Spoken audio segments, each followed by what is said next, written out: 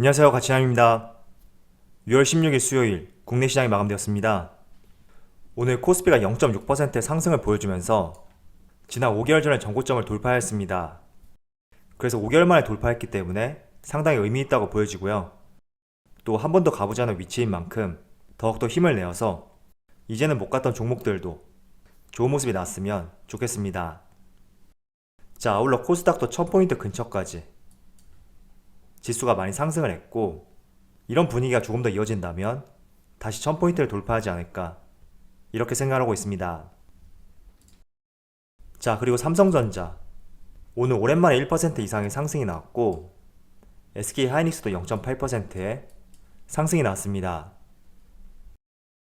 그리고 현대차도 1% 이상의 상승이 나왔고, 이어서 우리 금융지주 같은 경우에는 4% 가까운 큰 상승을 보여주었습니다. 오늘 전체적으로 업종을 살펴보면 성장주하고 금융주들, 이 두 가지 업종이 가장 좋은 모습을 보여주었습니다. 특히 금융주 같은 경우에는 내일 새벽에 예정되어 있는 FMC 결과에 따라서 금리 인상의 시기가 빨라질 수 있다는 이런 기대감이 있기 때문에 우리 금융지주뿐만 아니라 KB, 신한, 대부분의 금융업종들이 오늘 강세를 보여주었습니다. 그래서 과연 내일도 이어질지 성장주와 금융주에 대해서도 같이 한번 지켜본다면 좋을 것 같습니다. 자, 그럼 바로 수급을 한번 살펴볼게요.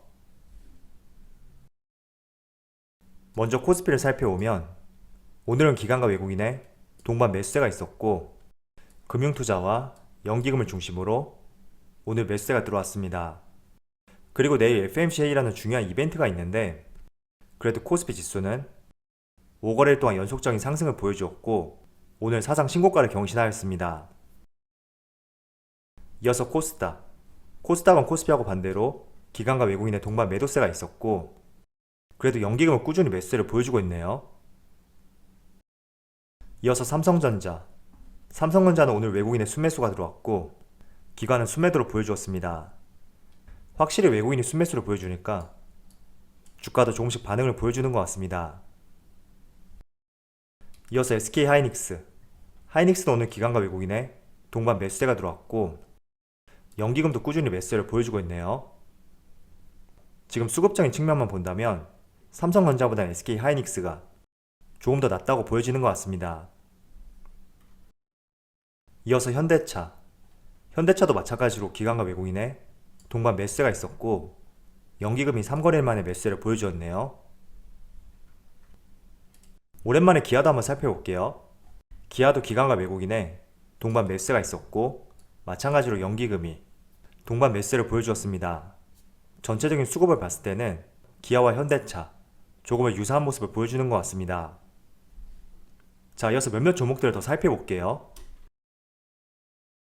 최근에 연속적인 상승을 보여주었던 카카오, 오늘 8거래 만에 하락이 나왔는데, 일단 수급을 보면 기관과 외국인 동반 매도세가 나왔고 보기 드물게 외국인의 강한 매도세가 있었습니다. 그리고 연기금도 8거래일 만에 매도세로 전환이 되었죠. 그래서 최근에 수급을 봤을 때는 고점에서 기관과 외국인의 매도 물량이 나오고 있다, 이렇게 보여지는 것 같습니다. 자, 그런데 네이버 같은 경우에는 오늘 기관과 외국인의 동반 매수세가 들어왔고 연기금이 여전히 지금 6거래일째 매수를 이어가고 있습니다. 그래서 유사한 업종이지만 조금은 기관과 외국인의 방향성이 다르지 않나, 이런 생각이 드는 것 같습니다. 자, 오늘 모처럼 상승이 나왔던 금융주를 살펴볼게요.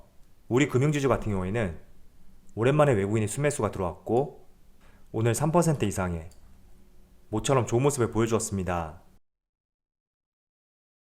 그리고 KB금융, 이 종목도 마찬가지로 오랜만에 기관과 외국인의 동반 순매수가 들어왔고 4거래일 만에 상승이 나왔죠. 그리고 신한지주도 마찬가지로 외국인의 순매수가 들어왔고 앞선 종목과 마찬가지로 좋은 흐름을 보여주었습니다. 자, 그럼 주체별 매매 동향에 대해서 살펴보도록 하겠습니다.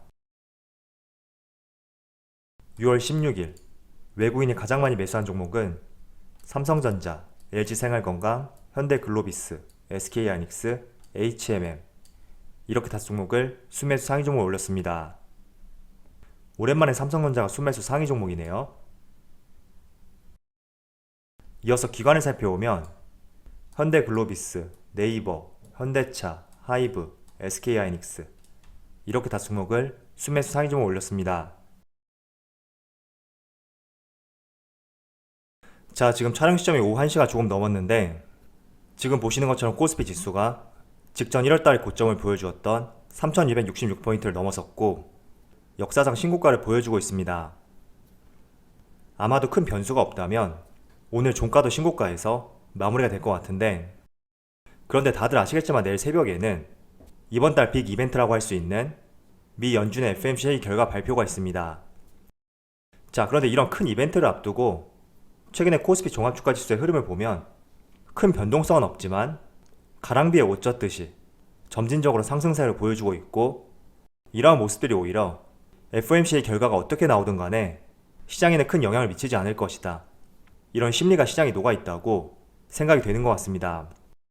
물론 정말로 시장이 기대하는 대로 지금의 점진적인 상승세처럼 내일 이후부터 더욱더 좋은 모습이 나온다면 좋겠지만, 만약에 정말로 FOMC 결과에 따라서 시장이 실망감을 표하게 된다면 저는 오히려 FOMC 결과를 앞두고 이렇게 점진적으로 상승했던 이런 추세가 오히려 독이 될 수도 있다고 생각하고 있습니다. 그래서 지금의 추세는 정말 긍정적이라고 볼 수가 있지만, 그래도 확실하게 내일부터 시장이 어떤 흐름을 보여주는지 이 부분을 체크하고 투자하는 것이 조금 더 나은 매매를 할 수 있는 그런 방법이 될 것 같습니다. 그래서 추가 매수나 신규 매수 혹시나 고려하고 계시다면 내일의 시장 흐름을 살펴보면서 천천히 진입해도 충분하니까 항상 섣불리 투자하지 않았으면 좋겠습니다. 자, 그리고 지수의 위치를 실적을 통해서 한번 말씀을 드려볼게요.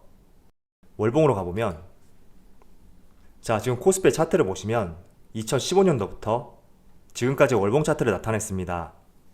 그런데 올해 코스피 영업이익 추정치를 살펴보면 약 145조 원, 코스피의 영업이익이 145조 원으로 전망이 되고 있습니다. 자, 그런데 직전 고점 2017년 같은 경우에는 코스피 지수가 2600포인트까지 갔었고 이 당시 코스피의 영업이익이 145조 원이었거든요. 자, 그럼 비교를 해볼게요. 2017년과 2021년, 물론 올해는 추정치긴 하지만 그래도 2017년하고 영업이익 전망치가 비슷하다는 것을 알 수가 있습니다. 자, 그럼 이렇게 영업이익만 비교해봐도 지금의 코스피 지수 과거 대비 600포인트 이상의 높은 위치라는 것을 알 수가 있습니다.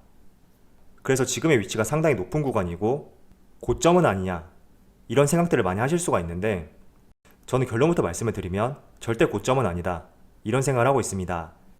왜냐하면 2017년과 지금의 가장 큰 차이점, 기업들을 전망할 수 있는 이 밸류에이션이 상향 조정되었기 때문에 저는 충분히 3000포인트 이상도 고점이라고 생각하지 않고 있거든요.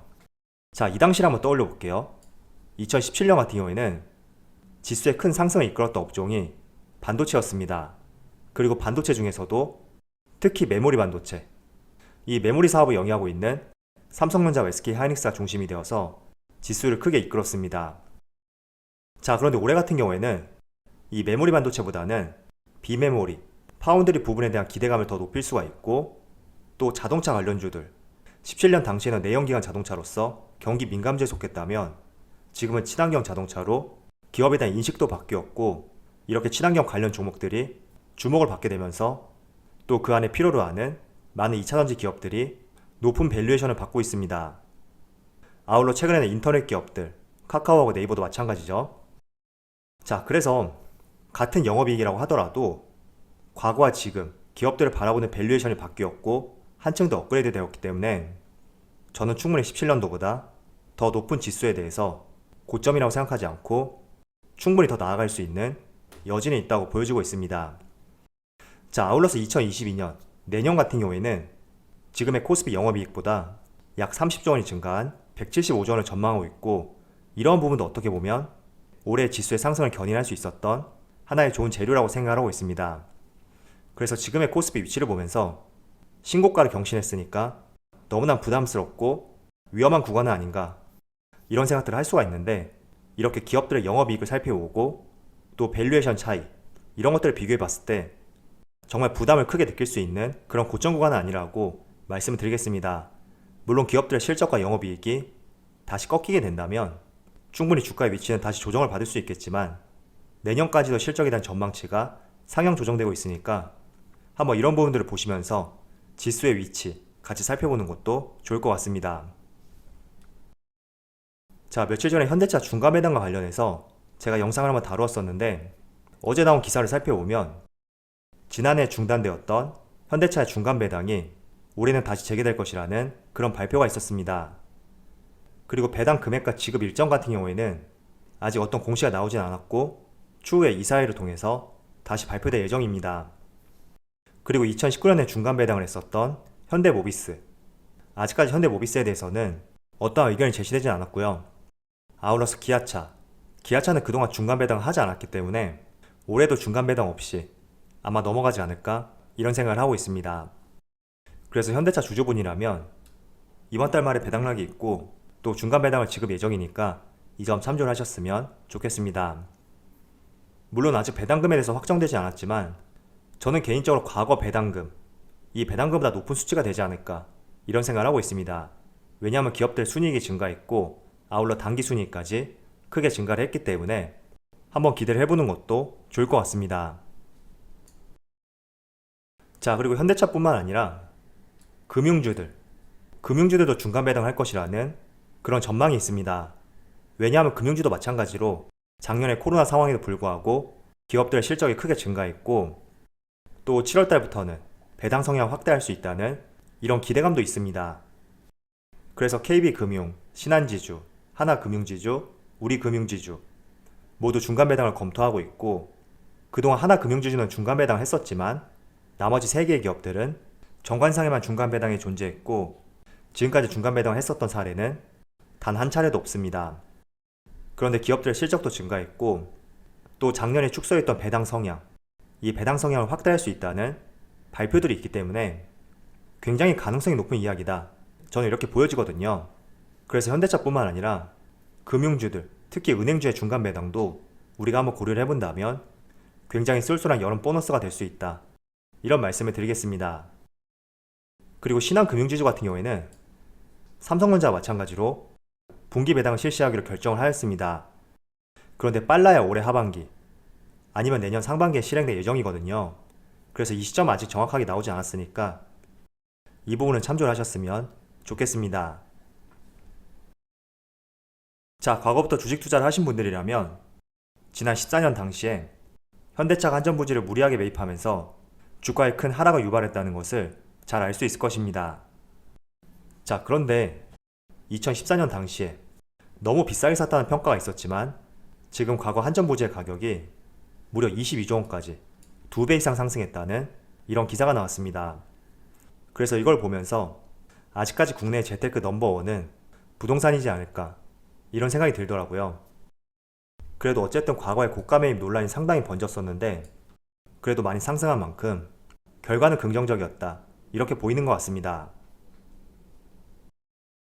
자, 아울러서 KB증권에서 현대차의 목표 주가를 30만원 유지했고 또 반도체 부족 현상에 대해서 가볍게 털어낼 것이라는 이런 발표를 하였습니다. 자, 그리고 아래 내용을 보시면 오히려 경쟁사 생산 차질에 따른 수혜가 이어질 수 있다는 이런 의견도 있었거든요. 자, 한번 생각해 볼게요. 저도 이 부분은 미처 생각하지 못했었는데 지난 5월달이죠. 현대차 그룹이 10년 만에 미국 시장에서 점유율을 11%를 달성하였습니다. 사상 최대치라고 볼 수가 있고 10대 중에 한 대가 현대기아차다 이런 말이 될 수가 있는데 이렇게 현대기아차가 미국 시장에서 큰 점유율을 보였던 가장 큰 원인 중에 하나가 물론 판매량 증가 이게 주된 이유라고 볼 수가 있겠지만 또 다른 이유를 꼽아보자면 폭스바겐, 포드, 경쟁사들의 반도체 쇼티지 현상으로 인해서 생산이 줄어들었고 또 공급도 줄어들었기 때문에 일부 반사이익이 발생되었다는 원인도 있습니다. 한번 생각해 볼게요. 그래도 현대기아차는 다른 글로벌 자동차에 비해서 반도체 쇼티지 현상으로 인해서 생산 중단 이슈가 조금은 덜했던 기업 중에 하나였습니다. 그래서 이런 부분이 다른 기업들에 비해서 오히려 반도체 쇼티지 현상이 있다고 하더라도 반사이익을 받을 수 있는 그런 하나의 재료가 되었다고 보여지는 것 같습니다.